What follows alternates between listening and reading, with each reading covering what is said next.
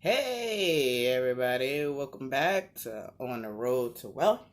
I am Lynette, and last week we spoke about a couple of days ago. I said last week. A couple of days ago, I was on here. I was speaking about things, and every day I'm just trying to come on here. When I come on, just trying to give you a little uh, tidbit. And I think the other day we spoke about everything just being hard, no matter other people's perceptions.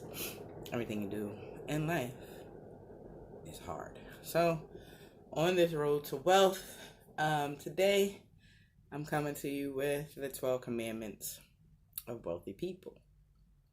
Um, the first commandment is wealthy people have a growth mindset, not a fixed mindset. That's rule number one of the 10 wealthy people commandments. We all follow commandments. A lot of people are into religion. They know the commandments of the Bible and try to do their due diligence and practice those on a daily basis. So I just figure if we instill the 10 commandments of wealthy people, it'll kind of change the mindsets of people when they're dealing with certain situations. Just your mindset can help. Maybe you might not have the same amount of what they have in their fiscal worlds or what they have monetarily and, asset it to them liquid, but this we all have. So that's why the first one is great. Wealthy people have a growth mindset, not a fixed mindset. So if your mind is always plant the seed and grow, there's always got to be more. There's always got to be more. There's always got to be more.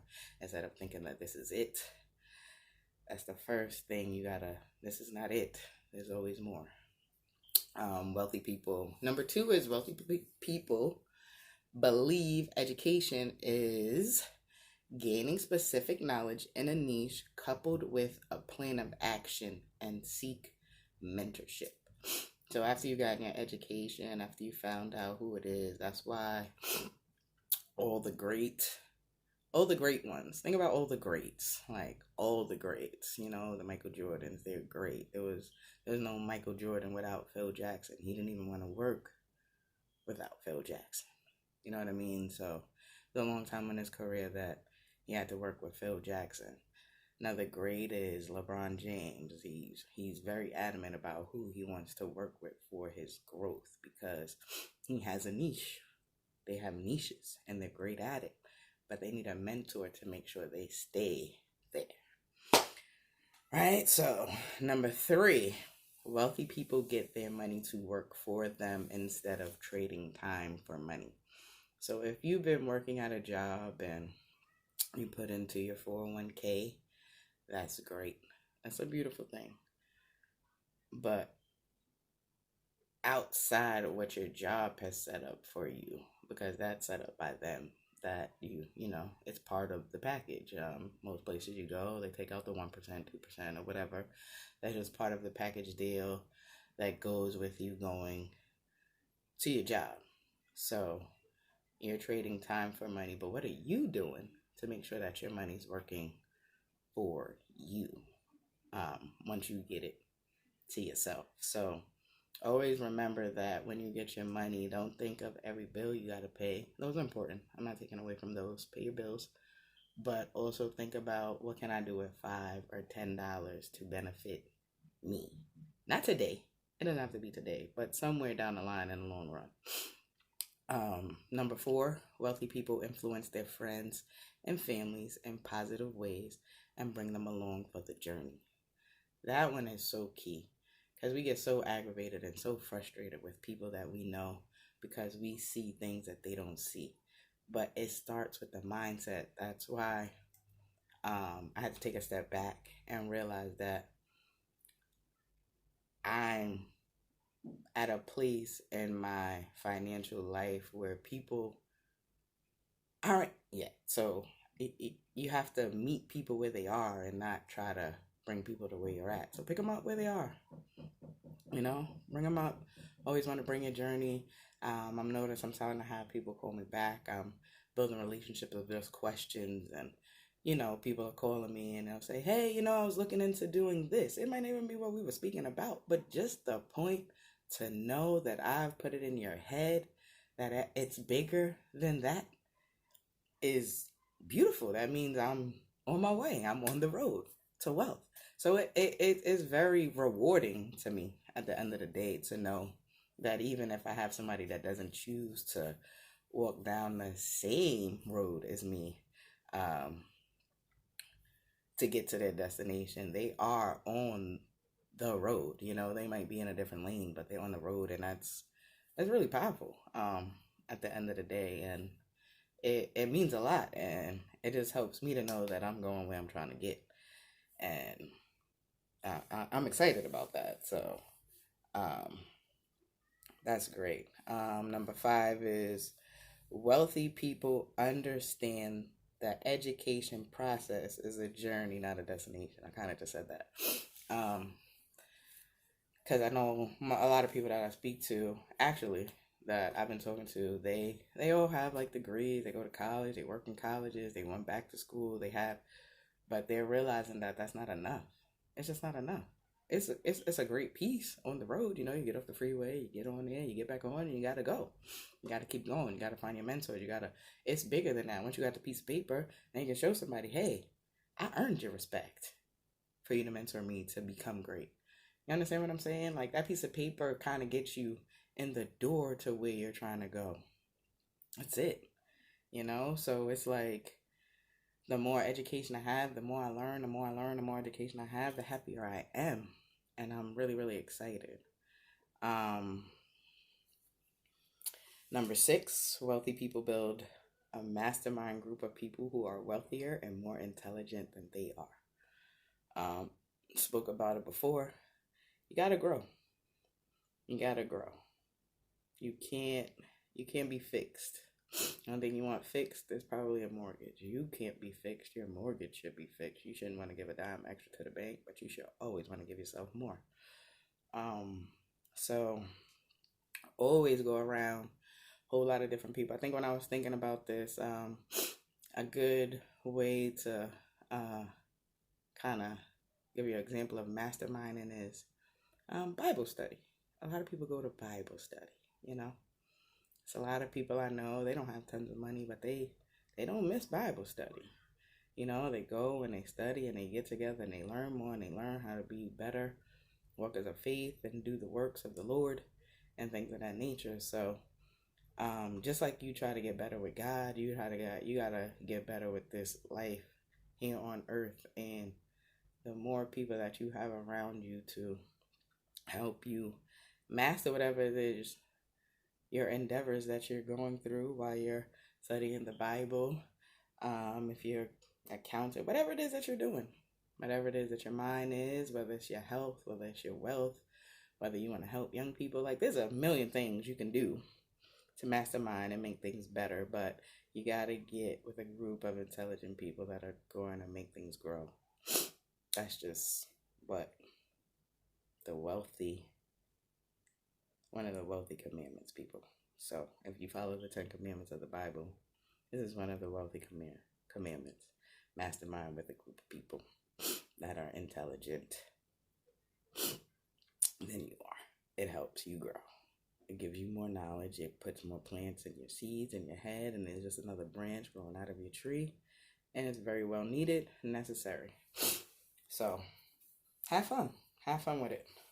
Number 7 is wealthy people believe they are in total control of their destiny as opposed of their destiny being predetermined. That's called settling. I don't deal with that. I've worked out of jobs. I've worked out of anything. I don't do too much settling. I'm great. I think that's my finest asset. I'm all about being happy. That's one of the things I learned in church. One of the things that was instilled in me: do not let anyone steal your joy. Joy comes in the morning, and I live by that. That's one thing I got from church. I don't frequent church very often, but Lord knows that 8 days a week I was in there as a child, I will not ever, ever forget that. Blessed assurance, Jesus is mine, and that joy comes in the morning. So don't ever, ever, ever. That might be why I'm still on this road, because, and haven't given up on myself because of that. The seventh rule of the wealthy. I didn't even know I was living it my whole life, but I've always been one of those people. Point blank, period. If you could ask anybody I know, I'm a big fan of me being happy, and there's no one in my way. So, number 8, wealthy people believe in and are willing to promote their products, services, or business. So, don't ever be scared to promote yourself, your product, yourself, or your business. Your idea is yours. God put it in your head. I don't care what your neighbor says. I don't care what your mama says. I don't care what your daddy says. It is yours. Promote it. Promote it. Promote it. Your friends and family might boo you, but there's a whole lot of strangers out there willing to say yay. And that's why wealthy people do not ever worry about what's surrounding them. They just keep going out in promotion, pushing their businesses and services, because they know that at the end of the day, whatever they have, they feel that it is helping somebody, somewhere, in some way. I've come to realize that wealthy people always feel like they're helping someone. That's why they're not shy about their businesses. So the key to that is putting you on the back burner when you're promoting. You're promoting your business, your service, or your product because you're helping someone. Don't ever think about profit. As long as you remember that part, and that's the part that I was just taught recently. As long as you remember that part, you're always helping someone. Yeah, money is always going to help you in the long run, and it always helps people to listen to you when you have it. But if you focus on the product, service, or business, which is usually to help someone, all the rest of the stuff will come. All the rest of the stuff will come. I had a friend of mine, she's been well off for a while, and I remember when we were there and we were talking, and she was like, "Manette, I never worry about money." This is probably my richest friend growing up as a kid. She said, "I never worry about money." She focuses on doing what she wanted to do. And that's it. The money's there, but that's not her focus. So I realized if you focus on a product or service or business, and what it actually is, it helps someone do at the end, that's all people are looking for. Results. People love results. So your product, service, or business should always have results. And if so, you will never have a problem promoting it. Don't ever worry about the money. Money's going to come. Even in struggles, money comes. So money's there. Number 9, wealthy people know the greater impact money can have on other people's lives. That's why they don't worry about it. I think I said that right before this. Wow. That's why they don't worry about it, because they know it's going to come. As long as you're solving a problem, giving a result, or being there for someone, it's there. The more you can give an impact, results in people's lives, money just comes. People just throw money at you because they know that you're one of those people that's going to give them some type of result at the end of the day. That's why people just put money in the church, because they feel like, God, this is the place where they go to resonate. They talk to the Lord, they put money in, they leave, and they know that something's going to resonate out of it. They just leave the money there because they know internally something's going to come out of it. Products with business services, product, services, and businesses are the same way. As long as you're providing things like morally, wholeheartedly, and that's what you're doing for that reason, money just falls into place. That's why they're more in tune with impacting lives than worrying about the money.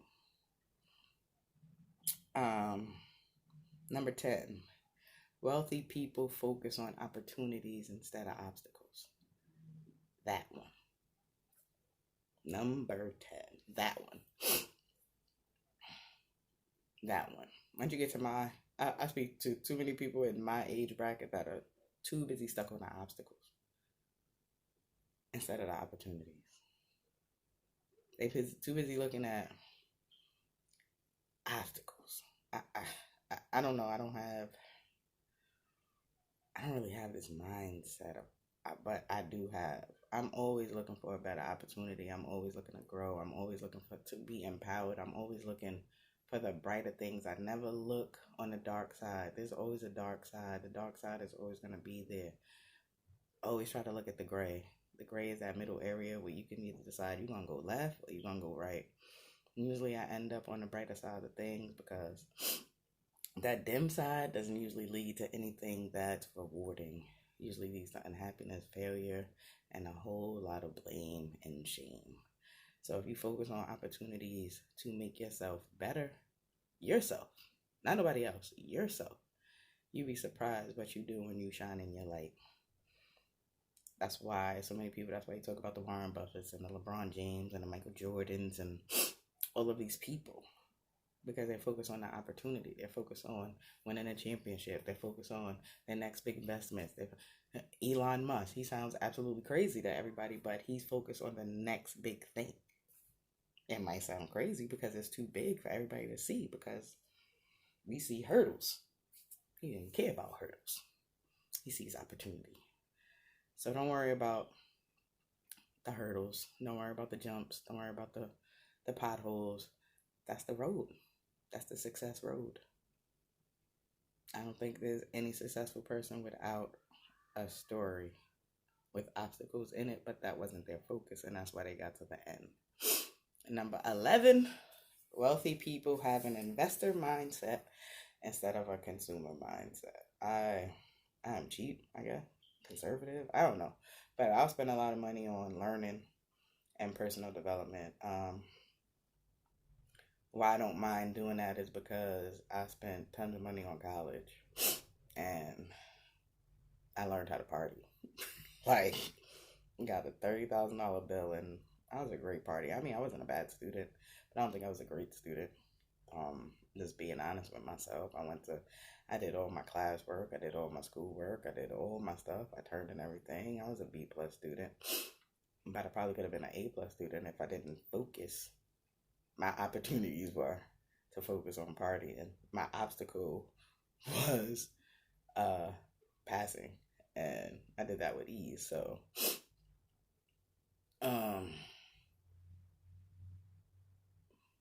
I've always had an investor mindset.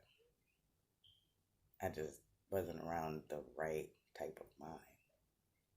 I've always wanted to make sure my money made more money.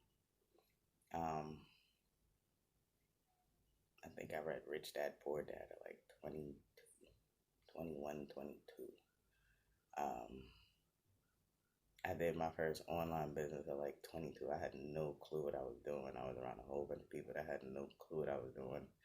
And I was trying to do everything by phone with some people from Canada. And it just kind of went left. I didn't have the right mentoring around me and a lot of fear. But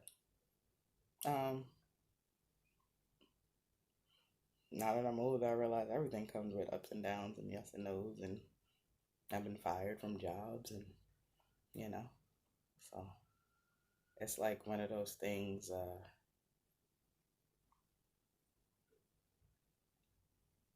I've had other people invest in me, and I didn't do too well with them. So it's like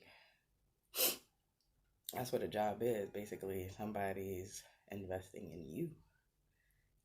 So I've had that. I've let people down, but the only good thing with building my business is I don't let anyone down but me. If I fail me. I don't fail somebody that believed in me or anything. I just fail me. So it's a lot less pressure. It's just like when you go to a job and they put into you and then they say they don't have anything for you anymore because they haven't invested enough to be able to give you anymore. Like if you're a plumber, like we know in a lot of places when you do contract work, it gets slow due to weather or finances or whatever it is, but you have to look for other ways to bring out money for yourself. So having an investor mindset is patience. You gotta have a lot of patience. Consumer mindset is instant gratification. If you're in an instant gratification, you're going to have a bank account that always looks that way. You're going to have a lot of stuff and a low bank account. But investor mindset, you might have a little bank account for a while, but it will eventually grow. You will eventually learn how to make better decisions with your money. If you have a consumer mindset, you'll never learn how to make better decisions with your money. You're only going to complain when inflation and taxes and all these things that attack money come. Because that's what's going to happen. Bread's going to go up. Meat's going to go up. Car fare is going to go up. Gas is going to go up. It's going to happen. It's inevitable. It's going to happen. But if you have the investor mindset, how can I be one step of the game? Like an investor mindset, I'll give you a good one. My business partner just did a whole video on how every time he uses his credit, he makes sure he makes more money off of it. He makes sure when he goes out to eat, he uses the credit card to give him 3 times the money. When he goes gets the gas, he makes sure he gets 3 times the money. That's an investor mindset. Yes, he has to consume these things. You got to eat. You got to put gas in the car. But every time he does, he gets rewarded for doing it. So that's the difference between an investor mindset and a consumer mindset. I just left that tidbit with somebody the other day. I said, how many times do you fill up the car in a week? He was like 3. I said, you put about $60 in. I said, you just missed out on 120 points if you had a gas card that gave you points. So you can use that in return to get gas at some point in time. Maybe this year. Maybe one time out the year. You can use your to fill up for that week. But you got to reward yourself. You're going to consume anyway. So that's an investor mindset. You could just start with little things like that. It doesn't have to be big. You don't have to be the biggest investor. Invest in you small. Credit card to give you the max points on gas and food. Restaurant eating. Simple stuff like that. And number 12. Wealthy people learn to act in spite of fear. We fail all the time. People fail all the time.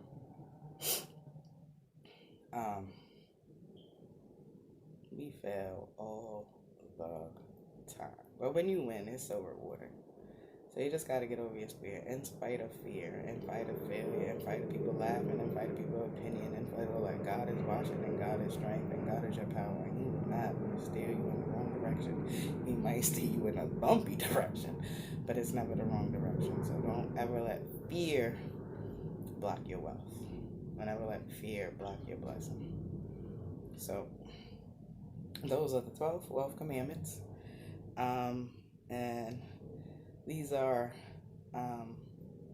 just some words that I got out of it that I thought, if you remember these words, because these are the words that I try to remember every day when I go outside and I'm dealing with people, and I'm getting more and more confidence to believe and am willing to promote the products, businesses, and services that I offer, because I know at the end of the day, it's not about money for me anymore. I'm just trying to help people. I'm just trying to be a solution. I'm trying to make sure I show you that there's results for you. And that's it. And the words that I got out of this that I try to, well, for me, the first word is growth. Growth, growth, and growth. I look for a lot of growth, mentorship, focusing on opportunities, fighting fear, impacting lives monetarily, promote, invest, and invite. Do that. If you grow, you find mentors, you focus on opportunities, you spite fear, you impact lives monetarily, you promote, you invest, and more importantly, the most important thing is make sure you help somebody else. Invite, and invite. And no matter how many times they tell you no, invite them again. Just like when you get invited to church, invite them again. Invite people to wealth. There's only 1% of people that are wealthy because we don't do enough inviting. Don't get angry. At one point I was angry. I had to take a step back. Like, oh, I don't have any friends. I don't know. It's not that. It's that I'm in a place and I'm in a mindset that I have to bring on the people in a way that they can understand. So don't give up on anybody. Just keep the invitations open. And one day, minds are open, things will change, and people will want different things. So, invite